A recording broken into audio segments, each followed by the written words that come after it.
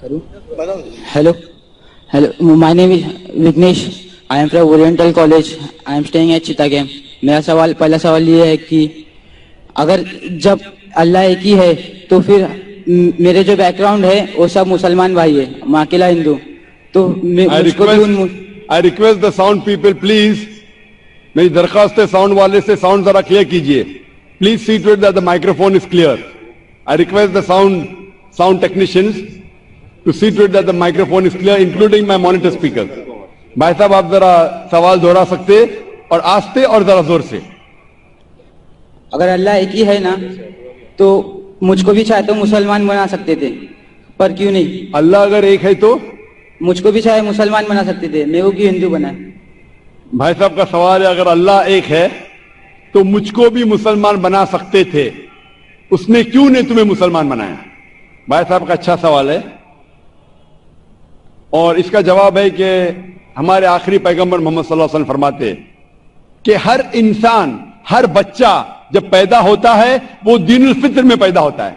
दीनुल फित्र मतलब वो मुसलमान जैसा पैदा होता है. मुस्लिम का मतलब वो इंसान जो अपनी जिंदगी अल्लाह, भगवान, ईश्वर, अपने खालिक के मुताबिक बसर करता है.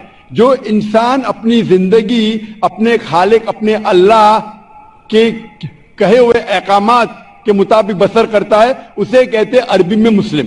तो हर इंसान जब पैदा होता है, चाहे हिंदू खानदान में पैदा हो या ईसाई खानदान में या यहूदी खानदान में या मुस्लिम खानदान में, कोई भी खानदान में पैदा होता है वो पैदा होता है मुसलमान जैसा.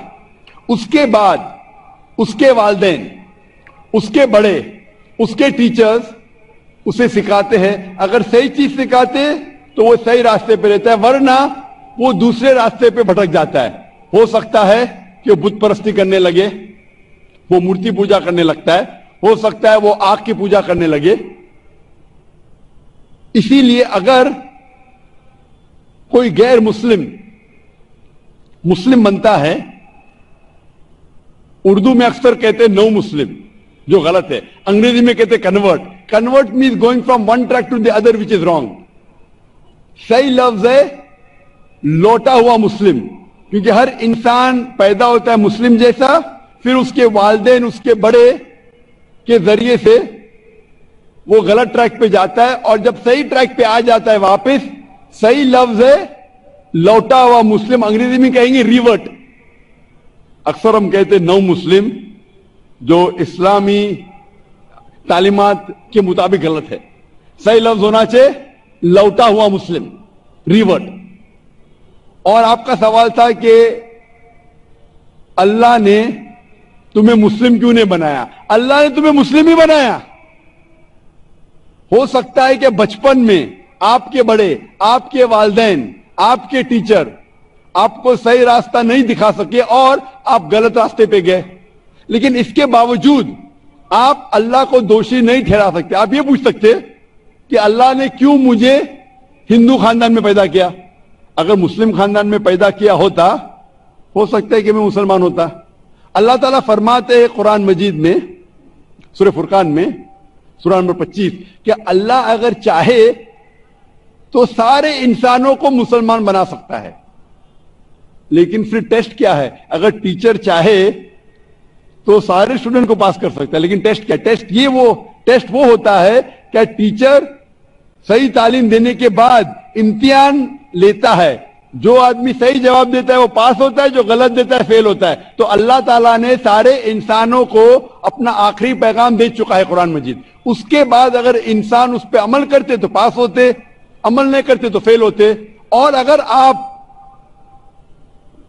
अल्लाह से कंप्लेन करेंगे कि क्यों मुझे हिंदू खानदान में पैदा किया, तो अल्लाह ताला फरमाते हैं कि आप किधर भी पैदा हो, चाहे मुसलमान खानदान में या हिंदू खानदान में, यह कहना कि हर इंसान जो मुस्लिम खानदान में पैदा होता है जन्नत में जाएगा, बिल्कुल गलत है. सिर्फ मुसलमान खानदान में पैदा होने के बाद और मुस्लिम नाम रखने से इंसान जन्नत में नहीं जाता है. जन्नत में जाने के लिए एक अल्लाह में मानने के अलावा, अल्लाह के रसूल में मानने के अलावा उनके अहकामात पे अमल करना चाहिए.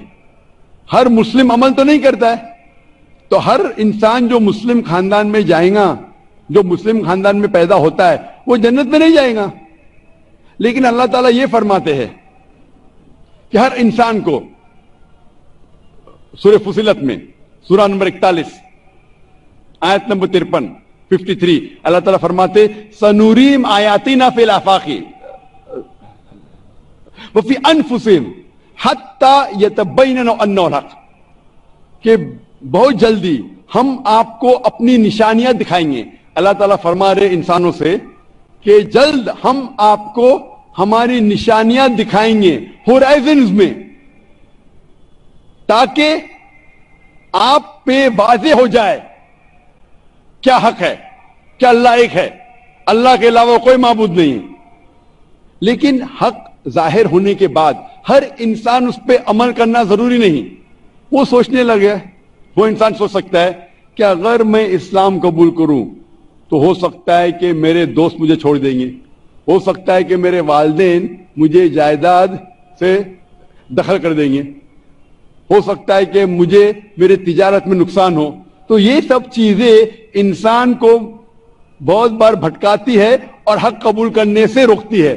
لیکن آخرت کے دن کے اوپر آپ یہ اللہ سے کمپلین نہیں کر سکیں گے کہ مجھے کسی نے بھی اسلام کے بارے میں نہیں کہا. اسی لیے قرآن مجید میں لکھا گیا ہے سورہ انعام میں سورہ نمبر 6 آیت نمبر 158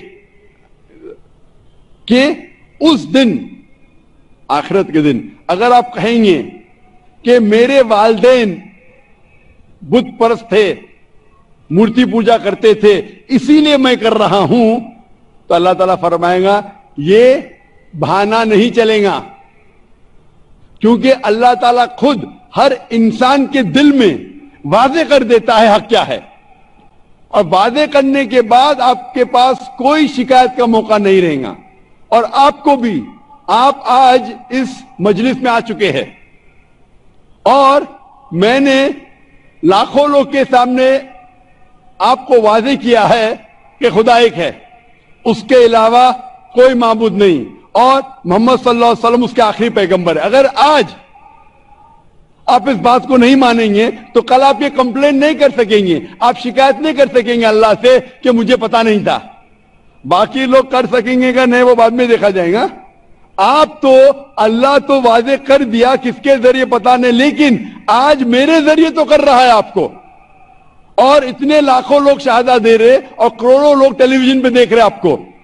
تو ابھی آپ کے پاس کوئی بہانہ نہیں، کوئی شکایت نہیں یہ کہنے کے لیے کہ میں مسلمان خاندان میں پیدا نہیں ہوا اس لیے میں نے اس دھرم کو ایکسپٹ نہیں کیا.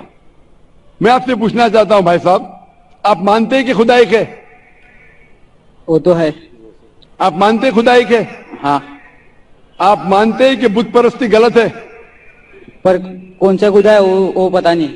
نہیں، مورتی پوجا صحیح ہے کیا غلط ہے آپ کے حساب سے؟ اب جب میں ہندو دھرم میں پیدا ہوا تو پھر میرے حساب سے صحیح ہو سکتا. آپ کہتے ہیں کہ ہندو دھرم کے مطابق مورتی پوجا صحیح ہے. میں آپ کو آپ کے ہندو دھرم کی کتابوں کا حوالہ دیتا ہوں، مذہبی کتابوں کا. اگر آپ پڑھیں گے چھندوگیا اپنشد چیپٹر نمبر 6 ادھیے نمبر 2 منتر نمبر 1، ایکم ایودتیم، ایشور خدا بھگوان ایک ہے، دوسرا نہیں ہے. لکھا ہے سوتا سیتار اپنشد میں ادھیائے نمبر 6 شلوک نمبر 9 میں، ناچسیہ کسج جنیتا نہ کدیپا، اس ایشور کے کوئی والدین نہیں، اس ایشور کا کوئی رب نہیں. مطلب ایشور کا، بھگوان کا کوئی والد نہیں، کوئی والدہ نہیں، اس کے اوپر کوئی نہیں. اور صاف طور پہ لکھا گیا ہے سوتا سیتار اپنشد میں ادھیائے نمبر 4 منتر نمبر 19 میں، ن تسیہ پتیما استی، اس ایشور کی، اس بھگوان کی، اس اللہ کی کوئی پرتیما نہیں، کوئی عکس نہیں. عکس، پرتیما جو سنسکرت لفظ ہے اس کے معنی ہے عکس. خدا کا کوئی پرتیما نہیں، کوئی عکس نہیں، کوئی فوٹوگراف نہیں، کوئی پینٹنگ نہیں، کوئی پورٹریٹ نہیں، کوئی مورتی نہیں، کوئی بت نہیں. اور یہ پیغام دہرایا گیا ہے یجروید میں ادھیائے نمبر 32 منتر نمبر 3 میں، جس میں لکھا ہے نا تسر پرتیما استی، उस ईश्वर, उस भगवान, उस अल्लाह की कोई प्रतिमा नहीं, कोई अक्स नहीं, कोई पिक्चर नहीं, कोई पेंटिंग नहीं, कोई पोर्ट्रेट नहीं, कोई बुत नहीं, कोई मूर्ति नहीं। साफ तौर पे आपके मजहबी किताब में लिखा है कि मूर्ति पूजा गलत है। और हिंदुइज्म का ब्रह्मा सूत्र है, एकम ब्रह्म देवता नास्ते नैना नास्ते किंचन, भगवान एक ही है, दूसरा नहीं है, नहीं है, नहीं है, जरा भी नहीं है। अभी मैं आपसे पूछता हूं भाई साहब, जब आपके मजहबी किताब में साफ तौर से लिखा हुआ है कि मूर्ति पूजा गलत है, तो फिर भी आप मानते हैं कि मूर्ति पूजा सही है? नहीं, नहीं। आप मानते हैं कि मूर्ति पूजा सही है गलत है? फिर गलत है। आप मानते हैं कि खुदा एक है? हाँ। आप मानते हैं कि मूर्ति पूजा गलत है? हाँ। आप मानते हैं कि इस खुदा, इस ईश्वर, इस अल्लाह के आखिरी पैगंबर मोहम्मद सल्लल्लाहु अलैहि वसल्लम है? सर बट और एक क्वेश्चन है। सॉरी, बट एक क्वेश्चन है, मैं एक सवाल है सर। आपका एक सवाल है? हाँ। ठीक है, पूछ सकते हैं आप। अगर मैं मुसलमान बन गया और ऐसा ही तो इंसान को भूत ही भड़काता ना? जिस अगर हाँ, आप मुसलमान तो बन गए तो इंसान को तो भूत ही भड़काता ना? आपकी आवाज जरा साफ नहीं आ रही। शैतान ही भड़काता ना इंसान को? आप अगर मुसलमान बन गए तो? वो नहीं, इंसान को तो शैतान ही भड़काता ना? इंसान को शैतान भड़काता है? हाँ। तो अगर मैं मुसलमान बन गया और गलत काम किया तो मेरे वास्ते मुसलमान का नाम खराब हुआ, तो अल्लाह क्या मुझको माफ करेंगे? भाई साहब का सवाल जो समझ में आ रहा है मुझे, मैं दरखास्त करूंगा ऑडियो टेक्नीशियन से, अगर मैं मॉनिटर स्पीकर को साफ कर सके। थोड़ा प्रॉब्लम भी रहेगा, ऑडियंस को साफ सुनने में आ रहा है, मुझे सुनने में नहीं आ रहा है क्योंकि मेन स्पीकर आपके तरफ है। तो मैं रिक्वेस्ट करूंगा ऑडियो टेक्नीशियन से कि अगर जो मॉनिटर स्पीकर है उसे साफ करे। भाई साहब का सवाल है, क्या इंसान को अक्सर शैतान भड़काता है? अगर मैं मुसलमान बन गया और शैतान मुझे भड़काया और मैं गलत काम किया तो क्या अल्लाह ताला मुझे माफ करेगा? भाई साहब का अच्छा सवाल है कि अगर वो इस्लाम कबूल किया और शैतान ने भड़काया, उसने गलत काम किया, तो क्या अल्लाह माफ करेगा? दो चीजें हैं। एक इंसान है जो इस्लाम कबूल ही नहीं करता है। जो इंसान इस्लाम कबूल ही नहीं करता है, नहीं मानता है कि खुदा एक है, बुत परस्ती करता है, अल्लाह के आखिरी पैगंबर मोहम्मद सल्लल्लाहु अलैहि वसल्लम नहीं मानता है, उसके लिए 100% वो जन्नत में नहीं जा सकता है। 100%, क्योंकि वो ईश्वर के अलावा दूसरे की इसकी इबादत करता है। दूसरी तरफ एक इंसान है जो मानता है कि एक अल्लाह है, मानता है कि मूर्ति पूजा गलत है, मानता है कि मोहम्मद सल्लल्लाहु अलैहि वसल्लम आखिरी पैगंबर है, और गलत काम करता है। हो सकता है कि झूठ बोलता है, हो सकता है कि चोरी करा, हो सकता है वो शराब पी रहा है, ये गलत है, हराम है। लेकिन फिर भी अगर वो बुत परस्ती नहीं करता है, अल्लाह ताला फरमाते सूरह निसा में सूरह नंबर 4 आयत नंबर 48 में, और सूरह निसा सूरह नंबर 4 आयत नंबर 116 में कि अल्लाह अगर चाहे तो आपके कोई भी गुनाह को माफ कर सकता है, लेकिन शिर्क को कभी नहीं माफ करेंगे। तो शिर्क के अलावा, बुत परस्ती के अलावा, मूर्ति पूजा के अलावा अगर आप दूसरे गुनाह करेंगे तो अल्लाह ताला माफ कर सकता है, आपके फिर भी चांसेस है कि आप जन्नत में जा सकते हैं। लेकिन अगर बुत परस्ती करते हुए आप मरेंगे तो आपको जन्नत में जाने के कोई भी चांस नहीं है।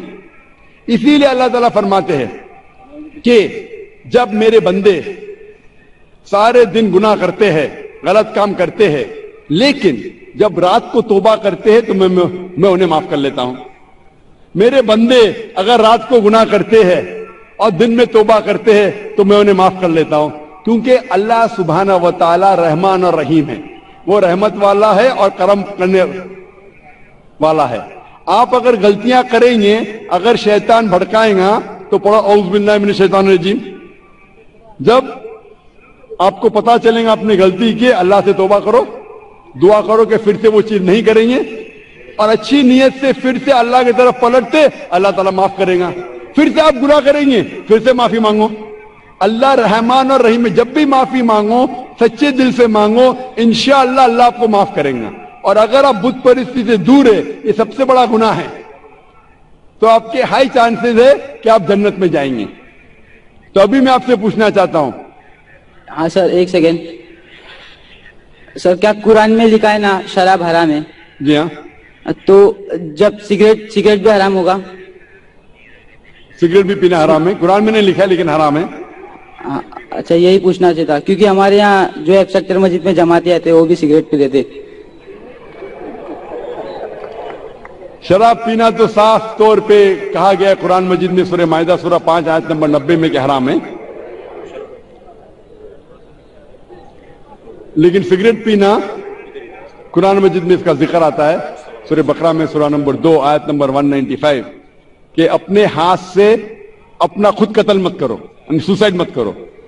آج کی سائنس کہتی ہے کہ ٹبیکو کے وجہ سے, سگریٹ پینے کے وجہ سے ہر سال ورلڈ ہیلتھ آرگنائزیشن کہتی ہے ہر سال 40 لاکھ لوگ مرتے ہیں صرف سگریٹ پینے کی وجہ سے.